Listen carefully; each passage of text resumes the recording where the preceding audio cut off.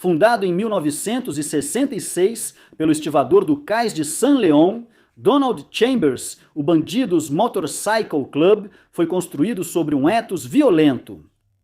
Bandidos Forever, Forever Bandidos, e em 6 anos, Donald Chambers foi condenado por queimar 2 homens vivos. Hoje, o clube é uma organização criminosa global, com 2.400 membros em 22 países, classificada pelo FBI como uma das 4 maiores gangues fora da lei. Por 50 anos, promotores federais têm combatido sua cultura de assassinato, crime organizado e tráfico de drogas. Cada capítulo tem sua própria hierarquia, mas esta lista foca no núcleo principal. Os encarregados da disciplina, sargentos de armas e presidentes. 10 homens com crimes documentados e sentenças de prisão perpétua garantiram que Smile permanecesse intacta. Alguns morrerão em prisões federais, outros aguardam seu destino. Eles são os arquitetos da reputação letal do clube.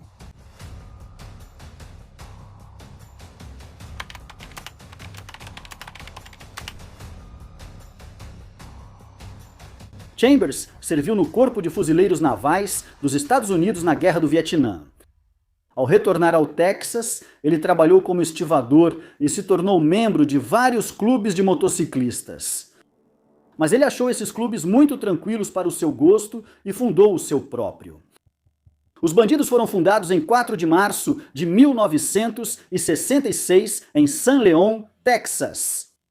Ele nomeou o clube em homenagem aos bandidos mexicanos, que viviam pelas próprias regras, e escolheu as cores do clube, vermelho e dourado, inspiradas nas cores oficiais do Corpo de Fuzileiros Navais dos Estados Unidos.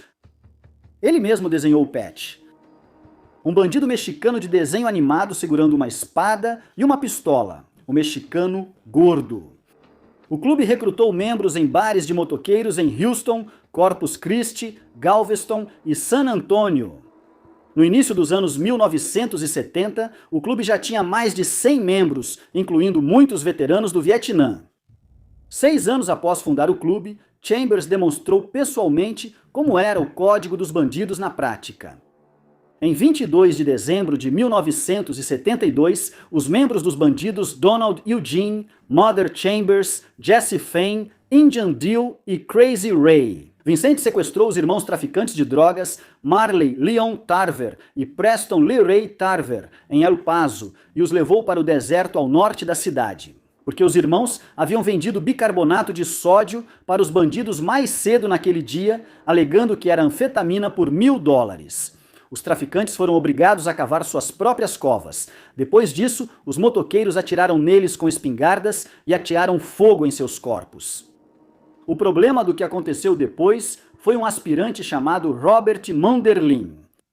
Por volta das 7h ou 7h30 da manhã, no dia 24 de dezembro, Robert Munderlin entrou em contato com agentes do FBI em El Paso e disse a eles que, durante a noite de 22 de dezembro, havia participado do assassinato de 2 homens no condado de El Paso.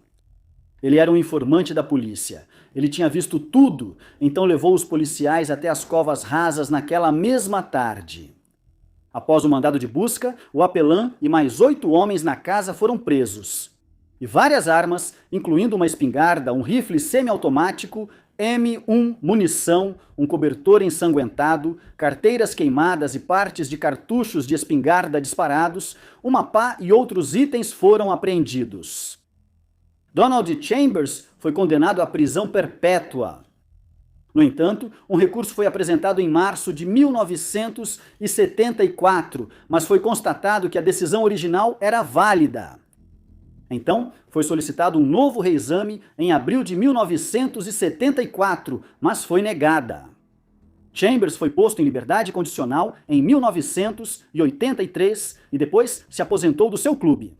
Ele se estabeleceu em El Paso e morou lá até sua morte por câncer em 18 de julho de 1999, aos 68 anos de idade. Don Chambers está enterrado em um cemitério de Houston, sob uma grande lápide plana com seu nome, a filiação aos bandidos e a frase: Nós somos as pessoas sobre as quais nossos pais nos alertaram.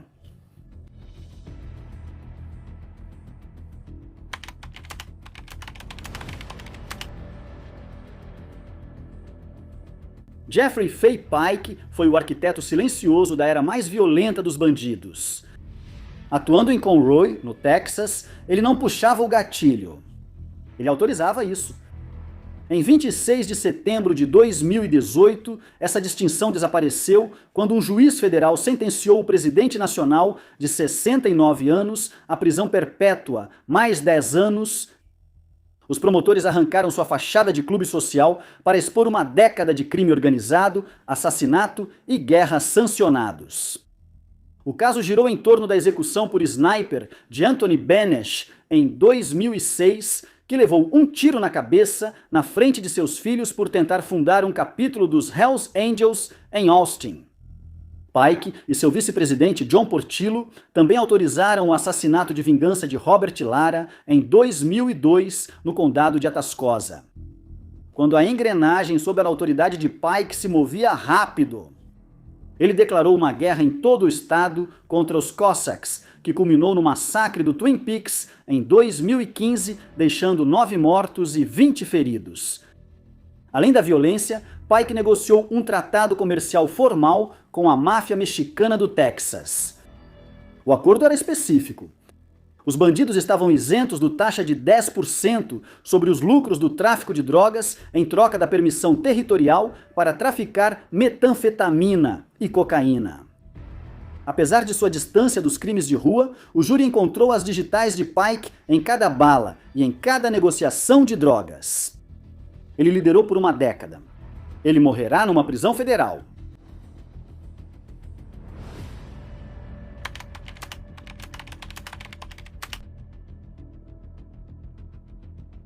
Portillo, membro do clube desde os anos 1980, subiu na hierarquia até se tornar o segundo no comando do então presidente nacional Jeffrey Fay Pike.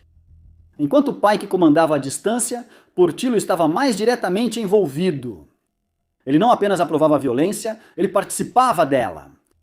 Ele declarava guerras. Ele puxava o gatilho. Ele ficou diante de júris e afirmou que não tinha feito nada de errado. O júri discordou 13 vezes. Os jurados condenaram Portillo por conspiração para violar o lei rico, assassinato em benefício da organização criminosa, conspiração para cometer assassinato em benefício da organização criminosa, conspiração para cometer agressão com arma perigosa em benefício da organização criminosa, auxílio e cumplicidade em agressão com uma arma perigosa em benefício da organização criminosa, disparo de arma de fogo durante um crime violento, interferência no comércio por meio de ameaças e violência, homicídio para favorecer o crime organizado, disparo de arma de fogo durante um crime violento, conspiração para possuir com intenção de distribuir mais de 500 gramas de metanfetamina e cocaína, posse com intenção de distribuir cocaína e posse de arma de fogo por condenado, 13 acusações, 2 assassinatos, 2 disparos de arma de fogo durante crimes violentos, tráfico de drogas e conspiração, crime organizado, tudo isso comprovado além de qualquer dúvida razoável para 12 pessoas em um tribunal de San Antônio. Primeira vítima, Robert Lara. Portillo e outros mataram Robert Lara em janeiro de 2002 no condado de Atascosa, como vingança pela morte do membro dos bandidos, Javier Negrete. Negrete, que era membro do mesmo capítulo local dos bandidos que Portillo, na época, foi morto do lado de fora de um bar em San Antônio em outubro de 2001. Um membro dos bandidos foi morto em outubro. 3 meses depois, Portillo garantiu pessoalmente que o responsável estivesse morto. A segunda vítima foi Anthony Benesch. As provas apresentadas durante o julgamento revelaram que, em 2006, Pike e Portillo ordenaram que outros membros dos bandidos assassinassem Anthony Benesch. Na época, Benesch estava tentando iniciar um capítulo dos Hells Angels no Texas, em Austin. Membros dos bandidos avisaram Benesch para que ele parasse com suas atividades e recrutamento, mas Benesch ignorou. Vários membros dos bandidos então assassinaram Benesch em 18 de março de 2006, do lado de fora de um restaurante em Austin, para proteger o poder, a reputação e o território da organização criminosa Bandidos. Então vieram os Cossacks. O depoimento revelou que Portillo, com a aprovação de Pike, declarou que os bandidos estavam em guerra com os Cossacks. Vários atos violentos foram cometidos pelos bandidos em todo o Texas para promover essa guerra, incluindo em Fort Worth, Gordon, Odessa, Port Aransas, Crystal City e outros lugares. A Guerra de Portillo causou o tiroteio em Twin Peaks. 9 mortos, 20 feridos. Os advogados de Portillo solicitaram ao juiz que recusasse o pedido da promotoria por 4 penas de prisão perpétua consecutivas. O juiz lhe aplicou 2 penas de prisão perpétua consecutivas. Depois, somou 10 anos a cada uma das 2 acusações de porte de arma de fogo. Depois, determinou que as penas das 9 acusações restantes fossem cumpridas simultaneamente. E ao receber a oportunidade de falar, Portillo, ainda abalado pelo que considera uma condenação injusta, disse que pretendia recorrer. Apesar da associação de Portillo com os bandidos, o juiz Ezra disse que ele se comportou de maneira adequada durante o julgamento. O juiz afirmou que é claro que Portillo não está satisfeito com o resultado, mas ainda é inteligente e pode aproveitar os programas de ressocialização na prisão. 2 penas de prisão perpétua consecutivas mais 20 anos para um homem inteligente que agiu corretamente no julgamento. João Xavier Portillo tem 65 anos. Ele morrerá na prisão federal. O recurso que ele prometeu ainda está pendente. Os 2 homens que ele matou continuam mortos. As 9 pessoas que morreram em Waco porque ele declarou guerra aos Cossacks continuam mortas.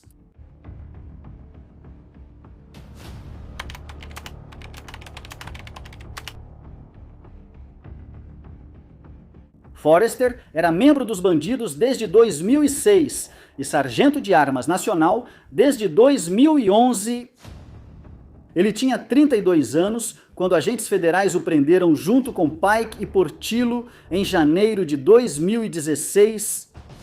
6 meses após sua prisão, Forrester se declarou culpado de crimes ligados ao crime organizado e violou uma das regras mais importantes do grupo. Ele se voltou contra a organização que queria integrar desde os 10 anos. Ele ficou horas no banco das testemunhas no julgamento de Pike e Portillo, explicando tudo. A estrutura interna, o processo de seleção, os emblemas e o que eles significavam. Como os bandidos impunham regras e protegiam seu território através de intimidação e violência. Ele identificou membros nos capítulos locais e nacionais que vendiam ou usavam drogas.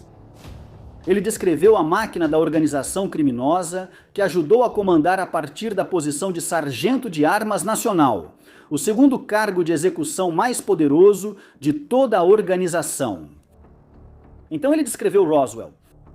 Forrester testemunhou que ele e Portillo foram convocados para Houston em 2011, onde Pike enviou Forrester e outros para cuidar de morgos. Forrester disse que recebeu dinheiro para comprar celulares descartáveis. E a equipe usou um caminhão em vez de motocicletas.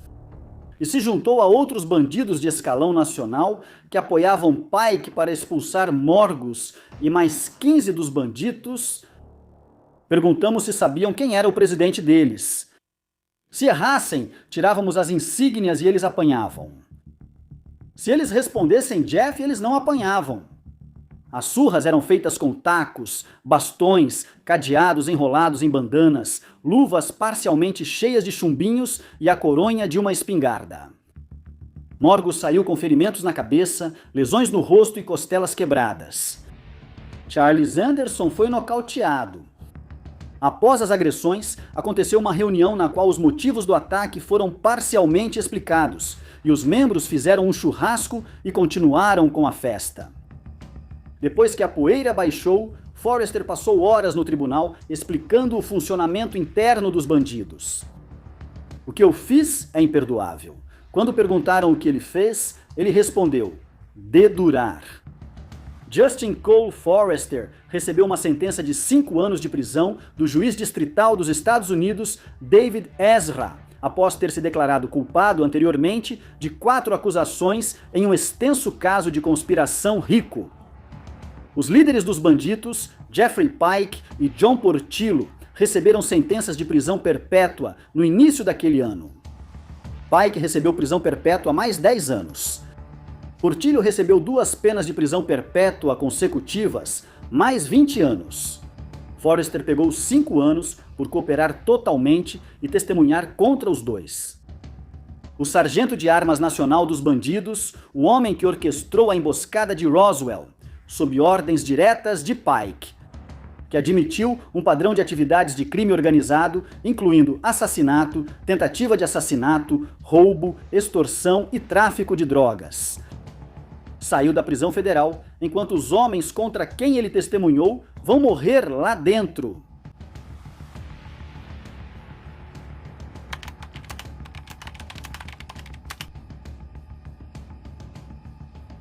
Jimmy R. Graves, um membro do capítulo dos bandidos em Dallas, Texas, foi condenado à prisão perpétua após se declarar culpado em julho de 1972 pelo assassinato por encomenda em 9 de março de 1972 do sargento da Guarda Nacional Charles Edwin Overfield, que foi morto a tiros na Interestadual 20, perto da divisa do Texas. Overfield teve que morrer porque era testemunha contra Robert Powell, associado dos bandidos, acusado de tentar arrombar um arsenal da Guarda Nacional da Louisiana. Powell foi condenado a 30 anos em um presídio estadual por tentativa de arrombamento qualificado e suborno de uma testemunha no caso do arsenal. Um associado dos bandidos invade um arsenal da Guarda Nacional no Texas, e um sargento que testemunhou o crime estava programado para depor contra um associado do clube. Para proteger a organização e impedir o depoimento, membros do capítulo principal dos bandidos foram acusados de orquestrar um plano para silenciar a testemunha. Graves se declarou culpado meses depois para evitar a sentença de morte, numa época em que prisioneiros condenados à prisão perpétua na Louisiana geralmente eram libertados após 10 anos e 6 meses com bom comportamento. Ele calculou as probabilidades corretamente na época.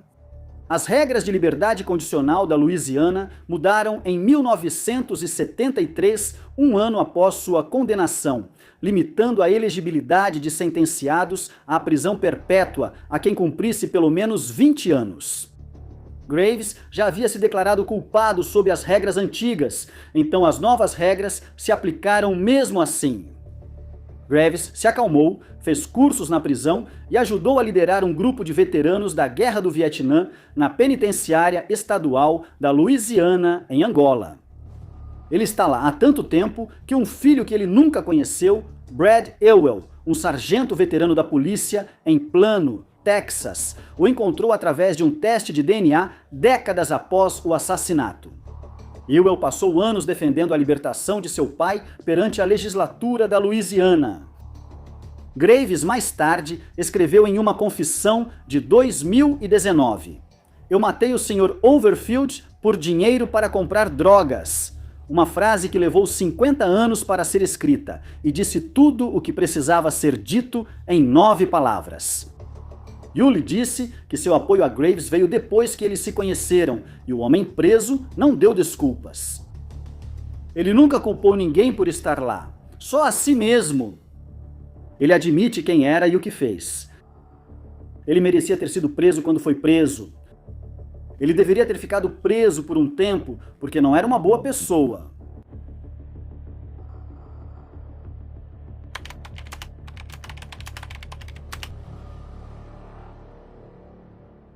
Ronald Yule Dean tinha 33 anos, era policial em Shreveport e veterano da força há 4 anos. Ele não estava trabalhando naquela noite, ele estava de folga. Ele e outros policiais entraram em um bar no oeste de Shreveport, onde acontecia uma despedida de solteiro para um deles. Essa noite não tinha nada a ver com os bandidos, mas vários membros dos bandidos estavam dentro do mesmo bar. O patrulheiro Dean foi morto a tiros por membros de gangue enquanto estava de folga em seu carro. O tiroteio foi em retaliação à prisão anterior de um companheiro de gangue. Então, quando Dean entrou no mesmo bar onde os membros da gangue estavam bebendo, eles também notaram isso. William S. Wheeler. Light seguiu Dean e atirou nele pela janela do carro. Dean tinha ido até o seu carro. Ele estava sentado no banco do motorista.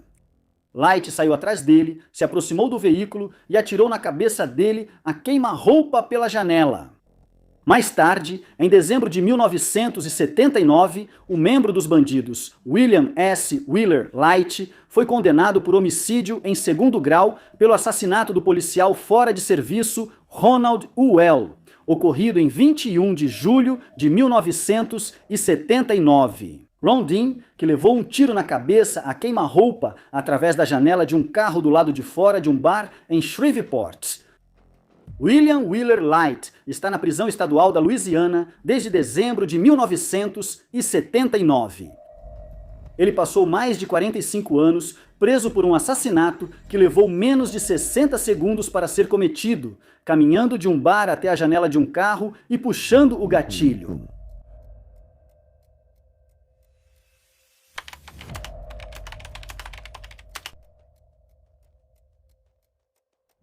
Na manhã de 24 de fevereiro de 2007, um homem não identificado se aproximou do sede dos bandidos em Kerrville, carregando uma faca. Marquez estava lá na manhã de 24 de fevereiro de 2007, quando um homem não identificado apareceu no clube carregando uma faca. Depois que Marquez desarmou o homem, Marquez começou a lutar com ele do lado de fora do clube dos bandidos. Marquez derrotou facilmente o indivíduo. O homem que havia chegado armado agora estava desarmado, espancado e tentando fugir do clube. Por todos os critérios, a situação estava resolvida, mas Marquez voltou para dentro e pegou sua pistola. Ele então disparou vários tiros contra o indivíduo, enquanto o homem não identificado tentava fugir dele. 2 testemunhas confirmaram o ocorrido. Jason Doss, que trabalhava em um bar próximo, viu o homem fugindo de Marquez e assistiu Marquez disparar pelo menos 2 tiros contra ele. Doss afirmou que viu Marquez disparar pelo menos 2 tiros contra o indivíduo. Ele relatou que o fugitivo agiu como se tivesse sido atingido. O policial Scott Gage, do Departamento de Polícia de Kerrville, foi ao clube após uma chamada sobre tiros. Gage chegou ao clube dos bandidos e observou Marquez e outro membro do clube, Joseph Cunningham, procurando algo no chão do lado de fora do clube. Gage também observou algo saindo da cintura de Marquez. Quando Gage o confrontou e ordenou que ele se deitasse no chão, Marquez manteve as mãos na cintura e correu de volta para dentro do clube. Ele apareceu momentos depois sem o volume. Cápsulas deflagradas de calibre .45 foram encontrados onde ele estava parado. Embora os policiais não tenham conseguido localizar a vítima do tiro ou estabelecer sua identidade, Marquez foi posteriormente preso e indiciado por tentativa de homicídio do indivíduo visto fugindo do clube. A vítima nunca foi encontrada, nunca foi identificada, nunca foi atendida em nenhum hospital da região. Nunca foi estabelecido se ele sobreviveu ou não. O que foi estabelecido foi o que aconteceu naquela entrada de garagem. Um homem chegou armado. Marquez pegou sua arma, o espancou, deixou ele correr, então pegou sua própria arma e atirou nele 2 vezes enquanto ele fugia. O oficial Brian Vaughn, do Departamento de Segurança Pública do Texas, testemunhou que sua organização considera o Bandidos Motorcycle Club uma gangue de motociclistas organizada criminalmente. Vaughn afirmou que entrevistou Marquez após sua prisão e confirmou que Marquez é o sargento de armas e vice-presidente do capítulo de Kerrville do Bandidos Motorcycle Club. O júri ouviu as evidências. Eles ouviram o depoimento de 2 testemunhas oculares. Eles ouviram 3 policiais. Eles ouviram o testemunho sobre as cápsulas vazias e o volume na cintura, e o homem que foi visto agindo como se tivesse sido atingido enquanto fugia. Marquez não testemunhou. Então, Marques foi condenado por tentativa de homicídio e sentenciado a 25 anos de prisão em outubro de 2008.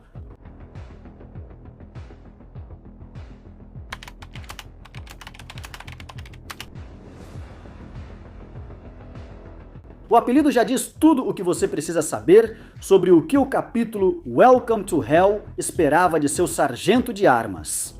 Hinojosa era o sargento de armas do capítulo Welcome to Hell, em Houston. Nessa função, Hinojosa fazia cumprir as regras e regulamentos dos bandidos e aplicava a disciplina. Essa descrição de trabalho, fazer cumprir as regras e administrar a disciplina, é o que todo sargento de armas dos bandidos faz no papel. O que isso significa na prática depende totalmente do capítulo. No capítulo Welcome to Hell, isso significava algo específico. Era a ordem para atacar imediatamente. A partir de 2019, uma violenta guerra por território eclodiu entre os bandidos e a Beast, uma gangue rival de motociclistas fora da lei na região de Houston. Como parte dessa guerra por território, a liderança nacional dos bandidos supostamente emitiu uma ordem de atacar imediatamente para cometer agressões físicas, incluindo assassinato, contra membros da Beast. Não era uma política geral de escalada, mas uma ordem permanente específica. Qualquer membro da Beast encontrado em qualquer lugar deveria ser agredido ou morto imediatamente. A guerra de territórios resultou em troca de tiros em vias públicas e em estabelecimentos públicos, com civis inocentes presentes. Na noite de 2 de junho de 2023, um membro da Beast saiu do Winters Bar em Pasadena, Texas, e Hinojosa ajudou a orquestrar o quase fatal tiroteio contra um membro irmão da East. Splendorel estava no banco do motorista da Ford F-150, que parou ao lado do homem. Quando o veículo parou, um outro bandido, Steven Alms, atirou 7 vezes na vítima, mas a vítima sobreviveu. Registros de celular, incluindo localização, mostraram que os aparelhos de Alms e Splendorel estavam desligados durante o tiroteio, o que o agente do FBI interpretou como indício de que os motociclistas não queriam ser localizados. Durante a noite, Splendorel mandou mensagem para Hinojosa, pedindo que avisasse outro bandido para levar seu Jeep para casa. No entanto, esse não foi o único assassinato ao qual Hinojosa foi ligado. As autoridades acreditam que Hinojosa participou do assassinato de Michael Zimbrich, outro membro dos Beast, em novembro de 2021. O jovem de 26 anos foi recebido com uma chuva de balas depois que um SUV emparelhou com ele em uma via de acesso à Interestadual 10. Os colegas motociclistas dos Beast, Demarius Moore e Kevin Cícero, também foram baleados, mas sobreviveram aos ferimentos. Hinojosa foi posteriormente acusado de conspiração para distribuir cocaína e 3 acusações de posse com intenção de distribuir cocaína. Se forem condenados, Splendorel e Hinojosa podem pegar uma pena máxima de prisão perpétua cada um. A denúncia com 22 acusações contra Hinojosa e 13 co-réus foi revelada em 19 de fevereiro de 2025. O procurador dos Estados Unidos, Nicholas Gung Jay, disse: "A acusação aqui não só alega crimes de violência chocantes, mas também afirma que essas infrações foram cometidas de forma aberta e desenfreada, onde qualquer pessoa inocente poderia ter sido ferida ou morta." Darby Hinojosa tem 35 anos de idade. O caso dele está pendente. O apelido dele é Ten Round. O homem que ganhou esse apelido está sob custódia federal, aguardando um julgamento que vai determinar se ele passará o resto da vida na cadeia.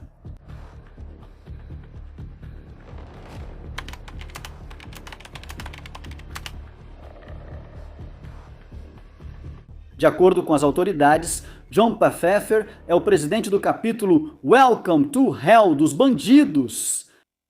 As autoridades dizem que o capítulo sediado em Katy foi fundado em 2021 especificamente para atacar seus rivais, especialmente o Brothers East Motorcycle Club. um antigo grupo de apoio, o Brothers East, se separou dos bandidos, dando início ao que as autoridades descrevem como uma guerra territorial em andamento. Ex-membros, homens que já haviam andado sob o guarda-chuva dos bandidos e depois decidiram operar de forma independente. No mundo dos bandidos, essa decisão tem uma consequência específica. A liderança nacional dos bandidos supostamente emitiu uma ordem de ataque imediato para cometer agressões físicas, incluindo assassinato, contra membros do B-East. O capítulo de Pfeffer existia para executar essa ordem. 26 de setembro de 2020, no Hog Stop Bar and Grill, no nordeste do condado de Harris. Estava ocorrendo um concurso de motocicletas. 3 membros do Brothers East e bandidos estavam presentes. Markey Baker, de 40 anos, estava entre os bandidos que responderam a um chamado por reforços depois que seu co-réu, Ronnie McCabe, fez pelo menos 7 ligações sobre Burns e os outros 2 motociclistas. Na época da suposta agressão, Baker era o presidente do capítulo dos bandidos em Baytown e, inicialmente, era o bandido de mais alta patente presente no bar. Nessa função, ele interagiu com Burns, que era o membro de mais alta patente dos Brothers East. Os 2 homens chegaram a um entendimento e ambos os grupos concordaram em se manter separados. Então Pfeffer chegou. Pfeffer, que mais tarde se tornaria o presidente do capítulo Welcome to Hell dos bandidos, conversou com Adam Burns, um dos membros dos Brothers East, antes de supostamente lhe dar um soco no rosto. Outros bandidos correram para cima, fazendo com que Burns caísse no chão no estacionamento de terra do bar. Burns então foi chutado e espancado durante a briga, que foi capturada por uma câmera de segurança e por um fotógrafo presente no concurso. Aproximadamente de 30 a 45 segundos após o início da briga, Burns levou 6 tiros. 5 deles nas costas e morreu no estacionamento. Por fim, a denúncia de 31 páginas incrimina John Pfeffer, identificado pelo procurador dos Estados Unidos como o líder do capítulo Welcome to Hell dos bandidos. Pfeffer enfrenta acusações de conspiração para crime organizado, agressão e uso de arma de fogo durante um crime violento. Se for condenado, ele pode pegar prisão perpétua. Não se enganem, os membros deste capítulo não são os personagens glamorizados que vocês viram em séries de TV e filmes. Esses são homens cruéis e violentos que colocam pessoas inocentes em situações de risco de vida regularmente para alimentar uma guerra de territórios sem sentido.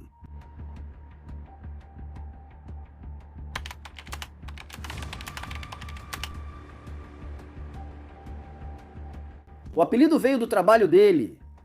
Gomes, um motorista de guincho conhecido pelo apelido de Reboque, é um membro atual dos bandidos e, mais recentemente, ocupou o cargo de sargento de armas no capítulo Central Houston da organização. Segundo as autoridades, antes disso ele foi capitão de estrada no capítulo do condado de Fort Bend. Gomes também estaria supostamente associado a um grupo SS, nomeada em referência aos raios em estilo nazista usados em seus coletes, e ele tem uma tatuagem de SS. A equipe foi descrita como um grupo de capangas envolvidos em atos violentos. Dentro da já violenta operação dos bandidos em Houston, o grupo SS ocupava uma função específica. Eles eram os capangas dos capangas. Os homens chamados quando a situação exigia algo além de um aviso. 26 de setembro de 2020, Bar e Grill Hogs Stop, nordeste do condado de Harris. Um concurso de motocicletas. Membros do Three Brothers East presentes. 30 bandidos respondendo a um chamado por reforço. Os 2 membros mais graduados de cada grupo chegaram a um acordo. Ambos concordaram em ficar separados à noite. Então Pfeffer deu um soco no rosto de Adam Burns. Os bandidos invadiram. Burns caiu no estacionamento sem pavimentação. Ele foi chutado e espancado. Câmeras de vigilância gravaram tudo. Um fotógrafo presente no concurso registrou isso em fotos. 30 a 45 segundos após o primeiro soco, tiros foram disparados. Burns foi atingido 6 vezes, 5 delas nas costas. Ele morreu no estacionamento do Hog Stop Bar and Grill. As autoridades acreditam que Roy Gomes, co-réu de Pfeffer, foi o responsável pelo tiroteio. Com as cápsulas de projéteis recolhidas, autoridades acreditam que 3 armas foram usadas naquela noite. Uma denúncia apresentada no caso do Estado contra Gomes indica que acredita-se que Burns disparou 4 tiros enquanto era agredido. De acordo com a denúncia, ele acabou sendo baleado 6 vezes, incluindo 5 vezes nas costas. Adam Burns era espancado por um grupo de homens quando sacou sua arma. Ele disparou 4 tiros. Ele levou 6 tiros em resposta. 5 das 6 balas atingiram ele nas costas. Roy Gomes está sendo acusado de agressão para favorecer as atividades criminosas da organização e de uso de arma de fogo durante e em relação a um crime violento. Se for condenado, ele pode pegar prisão perpétua. A investigação federal que resultou na acusação contra Roy Gomes durou 6 anos. Ela envolveu o FBI, o Departamento de Segurança Pública do Texas, o Conselho de Justiça Criminal do Texas, o Departamento do Xerife do Condado de Montgomery, o Departamento do Xerife do Condado de Harris, os Departamentos de Polícia de Houston e Pasadena, a Comissão de Bebidas Alcoólicas do Texas, o U.S. Marshals Service, o Bureau de Álcool, Tabaco, Armas de Fogo e Explosivos e o Departamento de Polícia do Distrito Escolar Independente de Cypress Fairbanks. 11 agências de aplicação da lei diferentes, 6 anos, um estacionamento, um homem com um caminhão de reboque e uma tatuagem da SS e uma ordem permanente para agir com força no local. O aspecto mais marcante da conduta criminosa, alegada neste caso, foi o quão aberta e ousada ela era. As supostas agressões e tiroteios aconteceram em espaços públicos, em bares, em restaurantes, em uma concessionária de motos e em vias públicas. Roy Gomes tem 50 anos, o caso dele está pendente. O vídeo de vigilância do estacionamento do Hogs Stop está sob custódia federal como prova. As fotos do fotógrafo fazem parte das provas federais. As cápsulas deflagradas fazem parte das provas federais. Adam Burns disparou 4 tiros enquanto era espancado por um grupo de homens. Ele foi atingido 6 vezes, 5 nas costas. O motorista do guincho, suspeito de ter atirado, aguarda julgamento que decidirá se passará o resto da vida em prisão federal.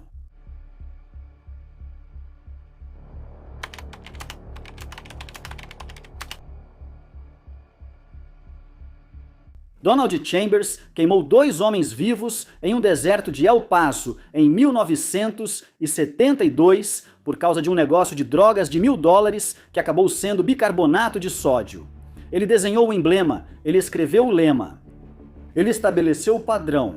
Todo homem desta lista seguiu esse padrão. Jeffrey Pike comandou assassinatos a partir de Conroe sem sujar as próprias mãos. John Portillo puxou o gatilho, declarou guerras e disse a um juiz federal que planejava recorrer. Justin Forster orquestrou uma emboscada com espingarda em Roswell e depois sentou-se no banco das testemunhas e chamou o que fez de imperdoável. Jimmy Graves atirou 2 vezes na parte de trás da cabeça de um sargento da Guarda Nacional em uma rodovia da Louisiana e está na penitenciária de Angola há 53 anos. Wheeler Light seguiu um policial de folga até o carro dele e atirou em sua cabeça pela janela porque alguém no clube já tinha sido preso uma vez. Tony Marquez desarmou um homem, o espancou, deixou ele fugir, depois pegou sua arma e atirou 2 vezes nas costas dele. Darby Hinojosa ajudou a dar 7 tiros em um homem do lado de fora de um bar e viu o celular dele apagar enquanto isso acontecia. John Pfeffer chegou a um bar onde a paz já havia sido negociada, deu o primeiro soco e Adam Burns morreu em 45 segundos. Roy Gomes trabalhava como motorista de reboque de dia e exibia uma tatuagem da SS à noite. As autoridades acreditam que ele atirou 5 vezes nas costas de um homem que já estava sendo espancado. 10 homens. 5 décadas. A mesma organização. O mesmo código. O mexicano gordo no emblema ainda está sorrindo. Ele está sempre sorrindo.